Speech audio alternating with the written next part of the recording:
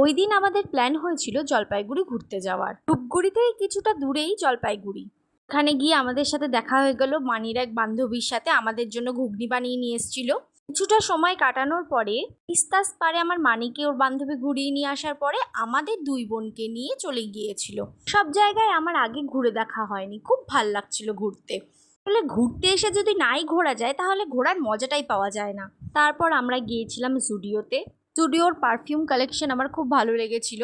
জুডিওতে আমাদের ভিডিও করতে দিচ্ছিল না, কোনো ছবি তুলতে দিচ্ছিল না, তবু আমরা লুকিয়ে ওখানে ভিডিও করে নিই, কারণ আমরা তো আমরাই। ওখান থেকে আমার বেশ খিদে পেয়ে গিয়েছিল। জুডিওর সামনে জলপাইগুড়ি ক্যাফে বলে একটা দোকান আছে, ওখান থেকে চাউমিন আর পিৎজা খেয়ে নিয়েছিলাম। টোটাল বিল হয়েছিল 160 টাকা। ওখান থেকে খেয়ে বেরিয়ে মানির বান্ধবীর বাড়িতে চলে গিয়েছিলাম একটু ফ্রেশ হতে। তারপর ওখান থেকে চলে গিয়েছিলাম রাজবাড়ির ঘাটে। রাজবাড়ির ঘাটেও আমি ফার্স্ট টাইম আসছি। এই জায়গাগুলো সত্যি আমার এত ভালো লেগেছে।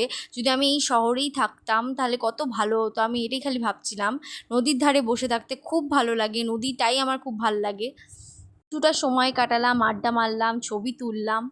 তারপর ছিল বাড়ি ফেরার তাড়া। ব্যাস এভাবেই কাটলো আমাদের সেই দিনটা। তিস্তা পেরিয়ে বাড়ি চলে যাচ্ছি আবার। আমার ভিডিও ভালো লাগলে লাইক, কমেন্ট, শেয়ার করে দিও, অ্যান্ড চ্যানেলটা সাবস্ক্রাইব করে